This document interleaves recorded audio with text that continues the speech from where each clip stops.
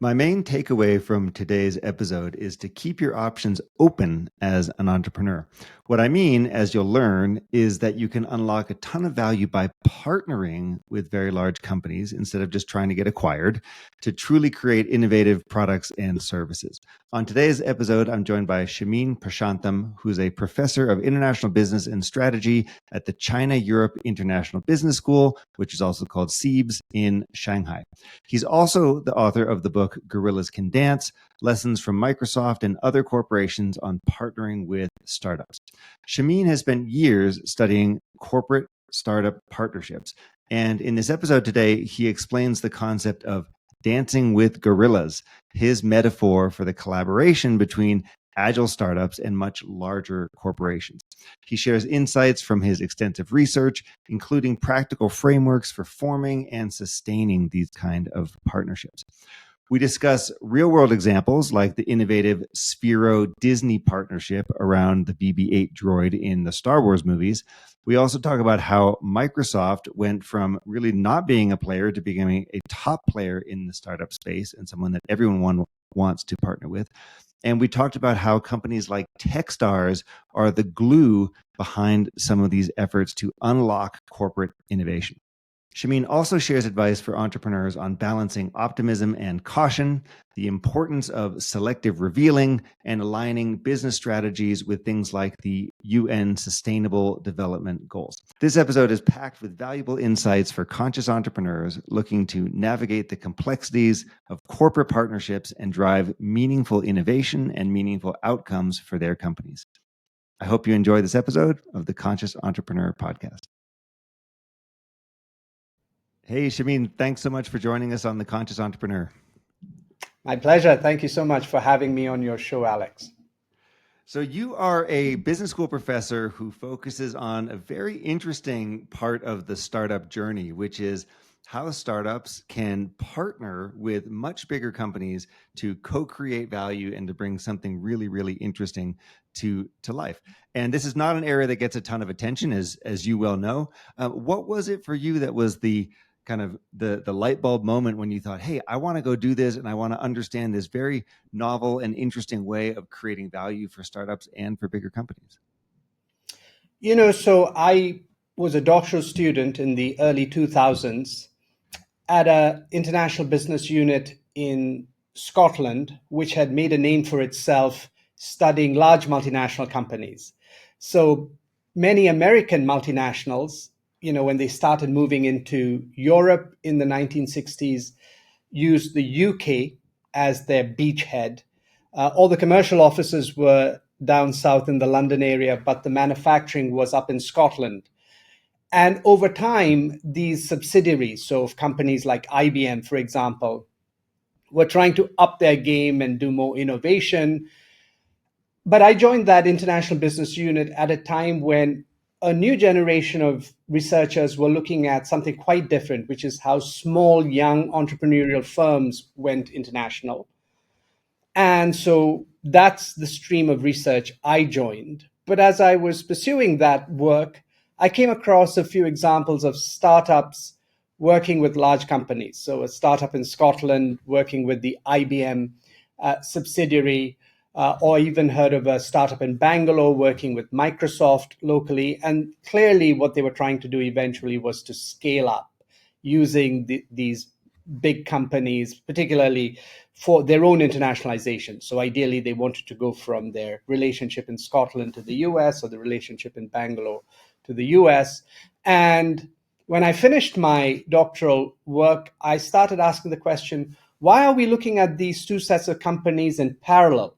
The work on the big multinationals and the work on startups. So this was about 2005 that I graduated with my PhD. And from 2006, I started doing more interviews and so on, and was discussing this with a professor at London Business School who was famous for studying the big company side and talking about entrepreneurship in big multinationals. And he could see that entrepreneurs on the outside and entrepreneurial big companies could find ways to work together. So we wrote this article called Gorillas dancing with gorillas from the point of view of the startup. Eventually, I wrote a book called Gorillas Can Dance for Big Companies.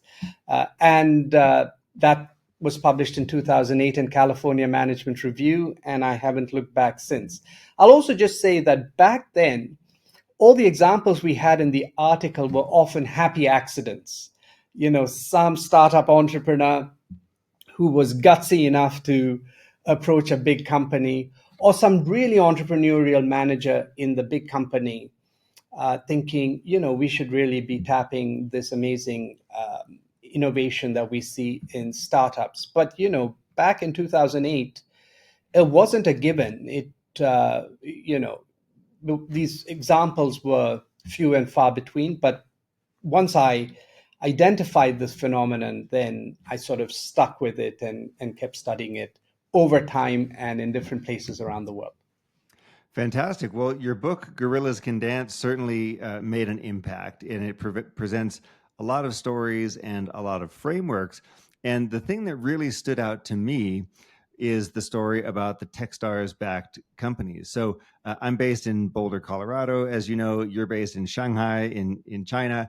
And the book itself has got all these stories of companies that are doing interesting things, including, of course, this one that in Boulder was really special, kind of this story of lore, which is the story of Sphero, which was a Techstars-backed company who was in the Disney Techstars Accelerator program, getting this incredible opportunity to work with the Star Wars team to create BB-8. And this, like, I remember there was a lot of buzz in town when this came out. It was a really, really big deal. You got to see this and you got to profile this. Tell us about the mechanics of that, how that worked, and what lessons you were able to draw from it. So the lead case study in my work over the years has been Microsoft. And, 2008 is when that article of mine came out. 2008 is coincidentally when Microsoft launched their first big programmatic intervention for startups called BizSpark. And as I started getting to know more about this, I realized that the roots of this lay in the work that someone called Daniel Lewin had brought into the company. He was formerly with Apple. He was the only non-techie that Steve Jobs took with him when he created Next. And eventually he joined Microsoft and was helping them to engage with startups out of Silicon Valley.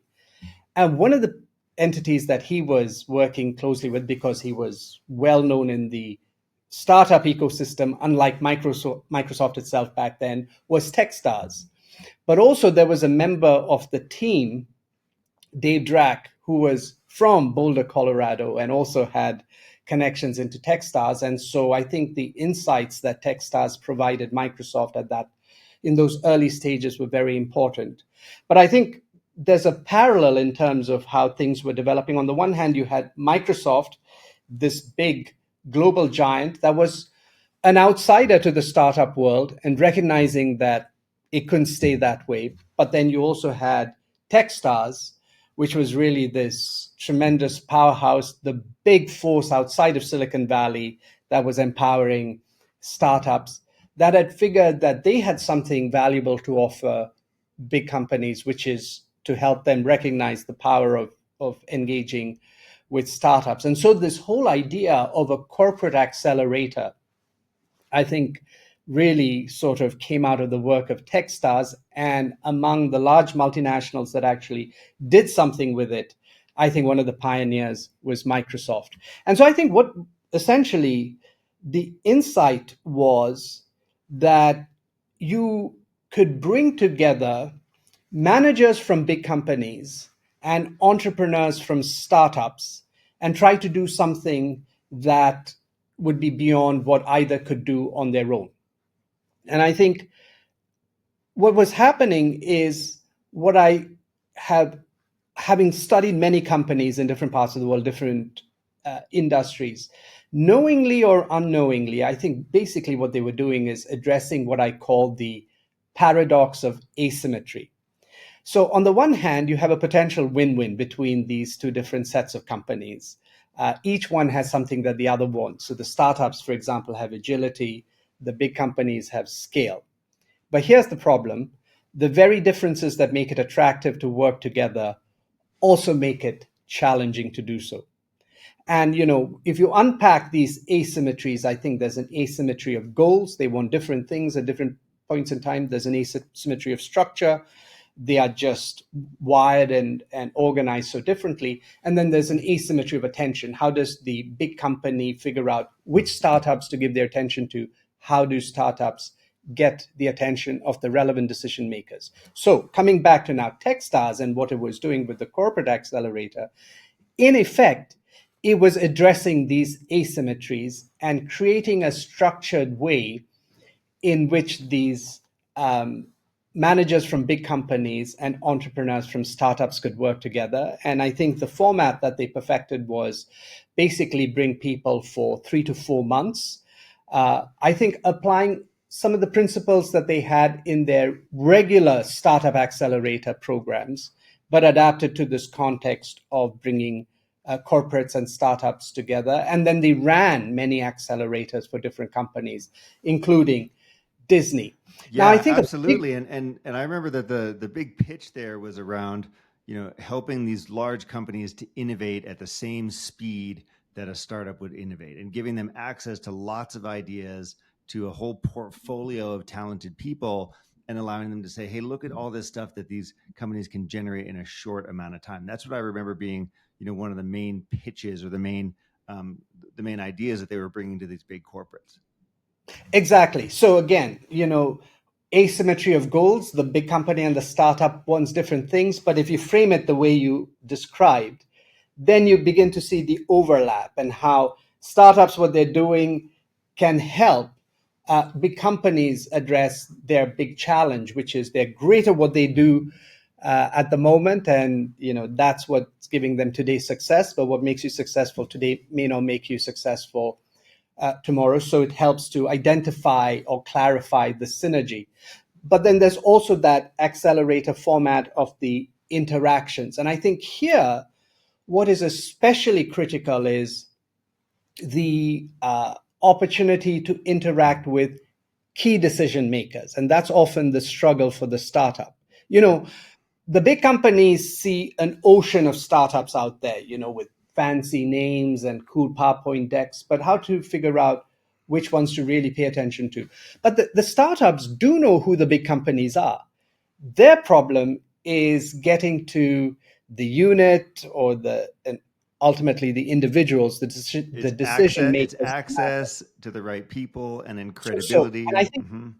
exactly. And I think that is where Techstars added value. So in that particular example that you referred to, I think it made a big difference that the mentor who was assigned from the large company, in this case Disney, to engage with the startup was in fact Bob Iger. And so you have somebody like the CEO coming in. Now, this is an extreme example. I don't think in every single accelerator that happens.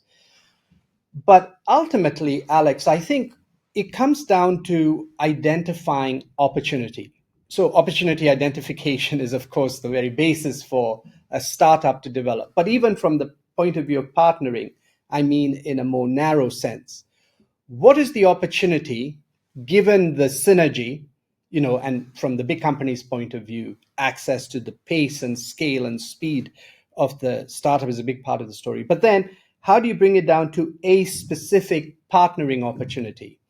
And so it was because you have an individual from the big company who can recognize what the startup has to offer, at the same time knows what's happening in the big company and where there might be an overlap. And of course, in this case, there was this wonderful opportunity to use the spherical robotics capability of that startup to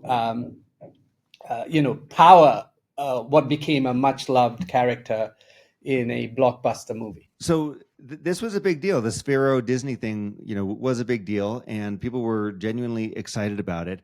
And what I'd love to see from this is, what lessons can we start to draw more broadly about what makes these partnerships work or not? Now, you mentioned already especially earlier in your career when you were studying these, a lot of these are happy accidents. So sometimes they work, of course, a lot of times they don't work. How do we start to identify what makes a partnership more likely to succeed versus not?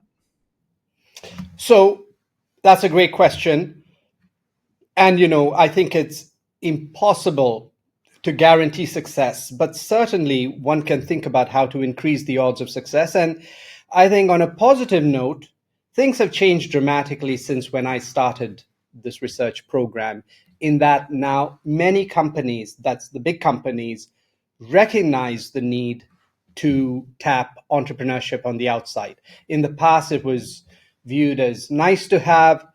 I think there has just been so much disruption driven by digital. And now with the AI revolution, I think things will, become all the more, circumstances make it all the more imperative to engage with entrepreneurship. So I think that's a big shift that's already happened. And therefore now, big companies are trying to engage with startups more systematically. In fact, my worry is that uh, many companies pay lip service or are pursuing what might be called innovation theater, but at least they are engaging with startups. There are people in these companies that have startup in their job title. Now, how to increase the odds of success from a big company's point of view? It is about making sure that they have good processes and practices around clarifying synergies, creating interfaces. An accelerator is one approach. I call that a cohort, and it allows groups of startups to sort of co-locate often, and the peer interaction is very useful. But there's another way to do it, which is more of a funnel approach. It's more like having innovation challenges and hackathons, which don't have that much peer interaction, but maybe give the big companies a little bit more predictability in their outcomes. And very importantly, creating exemplars of success so that others, prospective startups, that is, know what success looks like. In fact, it's good for both parties to have a sense of what success looks like. So that's from the big company's point of view. And each of these steps addresses the three main asymmetries. So clarifying synergies helps to address the goal asymmetry, creating an interface like an accelerator helps to address the structure asymmetry, and then creating or cultivating exemplars helps to address the attention asymmetry, because then both sides have a better sense of when it's worth pursuing an opportunity, when you know what success could look like. From the point of view of the startups, though, I think it is a little trickier because, in For a sure. way, the For big sure. company Yeah. is in the more powerful position, all things being equal. So, from the startup's point of view, I think they need to, first of all, have a sense of what the big company is about and what it's doing, and have an appropriate response in each case. So, given that there is a synergy that is uh, presented, a potential win win, I think the startup needs to do two things simultaneously in forming the relationship. It needs to, on the one hand, put its best foot forward, try to find local allies to help them get their foot in the door. So, if you're a startup that's associated with Techstars, that makes it that much easier. Sometimes it's down to being part of a university ecosystem. You have your alumni networks to help. In some parts of the world, government relationships can help. Whatever it is, being proactive, positive, getting your foot in the door with vis-a-vis companies whose synergy matches what you have to offer. But at the same time, also, I think there's a need to be cautious and ascertain that the big company is serious about what they say they're interested in. Because from the big company's point of view, they have more slack resources. They could be basically looking for trying to keep their options open. Yeah. And be in much more exploratory mode, whereas the startup is committed to what it's doing. So I would And I say, mean, in a lot of cases, the startup is operating on a very limited set of resources. They might have a short runway, and they might be really banking on some partnership to unlock, opportunity for them. And big Exactly. companies can talk a small company to death, right? They can just have meetings and meetings, or Precisely. do all this sort of stuff. And so there's definitely, you mentioned all those different asymmetries that exist. There can also be an asymmetry of urgency around this as well. Exactly. And in fact, that's part of the issue with goals. These companies want different things at different time scales. A big company may take a decision in 3 months and think it's moved really fast. If the startup didn't get an answer in 2 weeks, it might die. And so I think that's very much part of that. And so that's why ascertaining how serious the companies are, and in fact, how speedily they will move becomes important. And I think their startups need to pay attention to where the big company is putting its money, as opposed to what it's saying. So, you hear that a big automotive company is interested to work with startups with expertise in cybersecurity. And then you do a little bit of, due diligence to check, is this consistent with where the company is putting its money? And is this a need for the company? And if it is, for example, because of its transformation to doing more electric or autonomous driving, and you hear that it actually kind of sucks at cybersecurity, then at least you take it more seriously. There's no way to guarantee that they are truly sincere and will move fast, but at least that gives you some sense. And then with the piece around the interface, whatever it is, they have an accelerator program that you're fortunate enough to get in, or an innovation challenge that you become part of. I think here what is extremely important is for the startup to play to its strengths.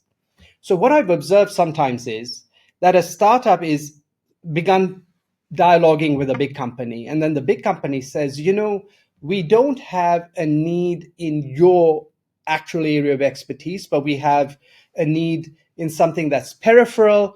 Maybe you could get started with this, and we could, see how things go along. And at that point, my advice is walk away. I think when it comes to getting your foot in the door, it's good to be versatile in how you approach this, be open to various possibilities. But when you're actually working on a specific project, I think you have only one chance to make a good impression. And that is most likely to happen when it is bang in your area of expertise. And I think where I've seen some startups falter is just for the sake of, maybe having that big company on its CV, on its website, they agree to do something, and then it's just not impactful enough, and then the big company is underwhelmed. And so I think it's tempting sometimes for a startup, very understandably, to take the first thing that comes along. And I think it can actually help the big company then realizes the startup is really dedicated and serious about its specific Oh niche yeah, for area of sure. I mean, expertise. it can take a lot of guts to look at someone from a big company, Fortune 500 company, and you're a whatever 10 or 20 person company. It takes a lot of guts to sit there and say, I hear all this stuff, and no, we're not going to do that. So it takes a lot of resilience and resolution on the part of the startup to do that. But it avoids a lot of problems down the road. And by the way, the problem that you're describing of doing something that's outside of your core or slightly peripheral to your main offering, you don't see how it sucks resources and energy from what you're great at. And the same thing happens in enterprise sales. So we're talking about enterprise partnerships. The same thing happens when you sign some great big, customer, and they say, "Oh, we love your thing. If only it also did X, Y, Z, whatever." And then, the startup winds up diluting themselves too much. So really what you're saying here is there's something that makes your startup special. Invest in that, stick with that, make sure that is what people are caring about, not just the fact that you're a talented bunch of people who can solve lots of problems. Absolutely. And what I'd also say in that middle piece of, where you have that core bit of interaction, also break up the transfer of knowledge. Don't give everything away in one shot, because even though you sort of ascertain that they were serious about this, even though you're working on a project that you have direct expertise in, it is always possible that the big company will pull the plug at some point midway, because their priorities have changed. And, I've seen too many startups spending the first couple of months in very open-ended discussions. And then at some point, the project ends abruptly, and then they have nothing to show for all the effort they put in.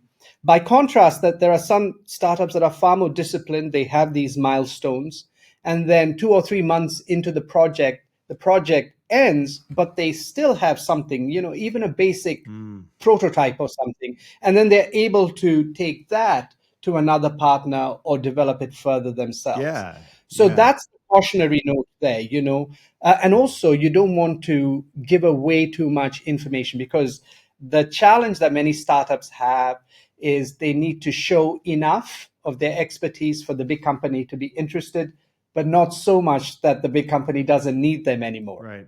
I've heard you refer to that as selective revealing. Exactly right. Exactly right. And I think the ones that the startups that I've seen that have engaged with corporates well, many of them have been extremely careful about this. And so in both the things I've said so far, when you're forming the relationship, put your best foot forward, but at the same time, ascertain that they're serious. And now in terms of building up the partnership, make sure that you are focusing on your main area of expertise, but at the same time, be cautious and reveal selectively. That's calling for holding contradictory ideas in your head at the same time. It's almost like be very optimistic and positive, but at the same time, be a little cautious and wary. Uh, and I think the ability to do the two simultaneously, I think, is important. Well, And just to complete the thought, on the final piece, when things have gone well with the project, I think the big advantage of working with a big company for a startup is you then have economies of scope. You can leverage that initial relationship to build partnerships with other bits of that corporation. It may be other parts of the world, it could be other business units. And that's also says, be very proactive, span boundaries within the company, ask for an introduction from the client you work with, the partner in whichever part of the company, and let them promote you and become your champion within the big company. And many startups have benefited from that, but at the same time, still keep options for the future. Some people have talk about alliances and partnerships in relation to marriage as a metaphor, and I don't think that works, because in marriage, your starting assumptions are exclusivity and permanence. And I don't think these are necessary assumptions when you're dancing with a gorilla. it's not always going to be forever, and you may want to find multiple partners to do different things as you go. So that makes total sense. It's interesting to hear you talking about this, because we're really in many ways like being pushed outside of our comfort zone as entrepreneurs here. So what you're saying is be optimistic and be cautious at the same time. So all these things are true at the same time. So for an entrepreneur who lives in ambiguity, because that's all we ever do as entrepreneurs, is live in this space of ambiguity, uh, we can navigate this stuff. We can navigate through these very new waters around how to interact with a big company that, by the way, doesn't think like us, doesn't act like us, doesn't have the resource constraints that we do, doesn't have the energy and the drive sometimes, and the speed of action as we do. And so that's when it can be really interesting to have these two come together. I want to ask about the evolution of this model. Now, as you mentioned, when you first wrote the book and you first started doing this research in the 2000s, this was viewed as new. This was like, okay, a lot, big companies got to be big and successful because they knew what they were doing and they had product market fit and they had large teams and they had a lot of inertia, versus small companies that were out there disrupting stuff. And so models like Techstars emerged to say, well, let's make this about corporate innovation. Now, of course, since then, there's been so much change in the structure of partnerships. So now you have Microsoft, who you're referring to earlier, backing all these companies in the AI space, not just ChatGPT, but multiple other ones, and they're taking equity stakes in them. And who knows the complexity that goes into some of these dynamics here. And my question to you, Shameen, is when you look at the evolution of literally the structure of the partnerships, how much has changed, and what are the partnerships there that are like really great examples, and what are the ones where you think that you should never ever do this? So let me just preface my answer by, first of all, making a distinction between equity-based partnerships and non-equity partnerships.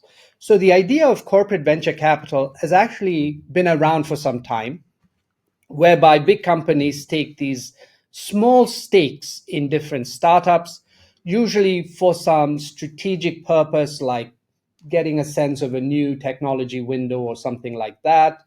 And I think that's been happening for a while. And then you have a lot of non-equity partnerships where big companies are working with startups on specific projects. And I think the two will continue to be important, but they're a little bit distinctive in terms of the kinds of professionals that drive them. I think the corporate venture capital space will always have finance professionals, people who are more like a VC in terms of their expertise. And I think corporate venture capital will always be a small numbers game. So there we will be talking about tens of startups in a given year for most big companies. Whereas with these non-equity partnerships, I think we'll be talking about hundreds. So, and the other thing, of course, is the stage at which they engage with the startups also sometimes a little bit different. So for startups that are relatively less mature, then maybe being invested in by a big company may not happen so naturally, although depending on the space, that could be different. But anyway, that's just a sense of the terrain in terms of how it's developed. And it's I think on the non-equity side that I've seen much more dynamism and changes over time. And so where I think partly that is going is companies trying to democratize this. Because if you go back to the corporate accelerator model, now that was confined to a small number of cities in the world which had the startup ecosystems that warranted putting in place an accelerator like that. But I think during COVID, when so many things went online, some companies began to think, hey, you actually can now do much more if you were not constrained by physically co-locating startups. And so, for example, with Microsoft itself, they created something called the Founders Hub, which is extremely digital in terms of its interface and can be now accessed by thousands of startups. Now, I think there's always a trade-off, and I hope we will continue to have the interpersonal interactions of accelerators, simply because it allows for serendipity in a way that you don't have when you're engaging digitally. But I think that's one trend that I'm seeing, that some companies are asking the question, well, how do we do this at scale? And partly because of the recognition that, there may well be some very clever entrepreneur off the beaten track, in places outside of Silicon Valley, outside of Boulder, Colorado, that are worth engaging with. I think another thing that is happening in terms of these partnering programs is that there is now much more of an emphasis on broadening the array of partners that come together. So it's not necessarily one gorilla and one startup. I think there are constellations that can emerge, and partly driven by the fact that you have some big companies that are latecomers to the game, and to accelerate their own process of working with startups, they work with some of the established guys. So, for example, when Walmart decided to start working with startups in Asia, they sort of piggybacked onto what Microsoft was already doing. And that was a win for both of those partners, because Microsoft could bring on board some of their alumni startups. So I think this idea that you have these now communities that have developed for some of the pioneers of startups that are now viewed to be part of an alumni network means that some of the best work may happen well after the formal engagement in a startup program. And so I think a bit like what we try to do at universities, which is keep in touch with our alumni, engage with them over time. I think these are not sort of one-off events. And I think that's another trend that I'm seeing. And then I think the third piece I would say is, and this came to me because of some field work I did in Africa, where my school has a small campus, but I'm now seeing this as a global trend. With all the geopolitical turmoil and everything we have, I think one of the few areas where companies and individuals are open to putting aside their differences and still engaging on a global basis is around sustainability related issues such as climate change. Yep. And so, for example, Microsoft now has this program for entrepreneurs for positive impact. So, I'm taking Microsoft as an example merely because they were one of the early movers at a time when they were not viewed very favorably by startups. I remember when BizSpark was launched and they had something called a BizSpark One Summit. There was an entrepreneur from Silicon Valley who whispered to me during the lunch break after the morning session. He said, that was like watching your dad dance. That was really clumsy and clunky. But fast forward now, Satya Nadella was photographed with a plaque on his table that said, Microsoft loves startups. And I think they have definitely come a long way. So, if you look at some of the directions they are traveling in, trying to democratize it, scale this up, but working with startups also as alumni and this final piece around positive impact. I think I'm just mentioning Microsoft as one example, but I see that being reflected in various other companies as well. Well, to this point on positive impact, and I know it's a hopeful part of the research here, and it's something that you're interested in for future work, is looking at the Sustainable Development Goals. So the 17 goals laid out by the UN to reduce poverty and hunger and to improve well-being and equality and so on. And so you gave very brief mention of that, but what are you really seeing there? What's the impact that some of these partnerships is having on those very meaningful goals? Well, Alex, as you indicated, this is now, I think, a very, very important topic. We entered the 2020s at a time when the United Nations said this is the decade of action, because the 17 goals were adopted in 2015 to be achieved by 2030. And just when the work towards this was supposed to accelerate, you then got you had COVID, geopolitical tensions sharply increased, and we have now a situation where it's going to be far more difficult to achieve the goals, and yet the importance and urgency is even greater. The last of these 17 goals is called Partnerships for the Goals. And if you read the materials that the United Nations has, typically it focuses on governments working with each other, governments and civil society. But there's also mention made of business. And for me this idea that you can have very different asymmetric actors, non-traditional partners coming together is going to be key. And in terms of startups, particularly the ones that are leveraging digital technology, this is making a huge difference now in a whole bunch of areas to help people who are not privileged enough to have access to real-time information, for example. So smart agriculture seems to be an area where there is huge potential to create affordable solutions, but still on a for-profit basis, to help farmers in remote areas to be able to understand better the harvest cycles, to get information about market conditions, and so on. So that seems to be one big area in which agriculture can be hugely improved. Health is another big area.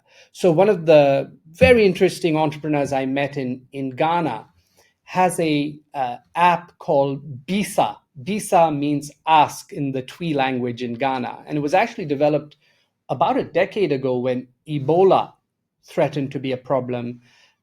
Fortunately for Ghana, it never reached Ghana, but then he kept developing this. He worked with the German multinational Bayer, and Bayer at the time, and still does a lot of work in the space of digital health.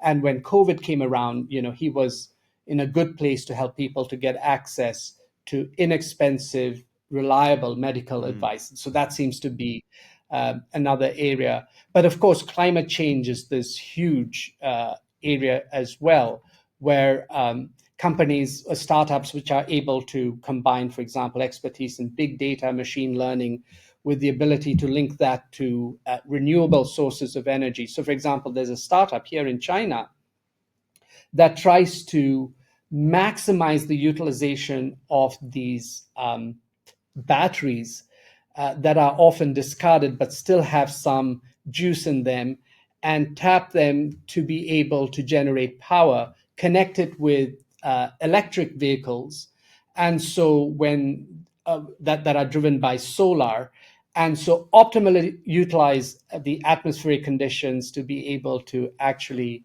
have very, very renewable sources of energy. And AB InBev, the company that makes Budweiser, has actually used the technology of that startup, and two of their breweries now are basically carbon neutral by working with this startup. And so it seems to me that there are so many innovative startups out there that are trying to solve some of these societal problems, but as full-fledged commercial startups. And big companies offer a way to utilize these technologies and leverage them at scale. And so I think I'm very excited about that. But I think what's going to happen there is we're going to have much more complex arrangements. We're going to have other parties getting involved as well. City governments, for example, potentially, that have smart city programs, United Nations agencies, even NGOs. In one case in Ghana, I found that it was a Swedish NGO that was playing the role that Techstars would normally do to connect big companies and startups, because Techstars ain't there. And so, especially when you go off the beaten track to parts of the world where you don't have these sophisticated entrepreneurial ecosystems, yet where the need is the biggest, I think that's where I'm hoping that we will see more and more of these ideas taking root. So it sounds like a really fascinating area for future research, and it's so exciting, all the options that there are and all the innovation that's taken place. Well, Shameen, thanks so much for joining us. Very interesting discussion, and this is important for startups because what I want to leave you with is just the understanding this is not a one-way street. There's not just one thing that you can do as a company. So you're building a company, you're really excited. There's lots of options to do good in the world. Sometimes it's through partnerships, sometimes it's through different structures, it's through working with these gorillas that truly can dance. So Shameen, thanks so much for joining us here today. Alex, it was a real pleasure to talk with you. Thank you so much.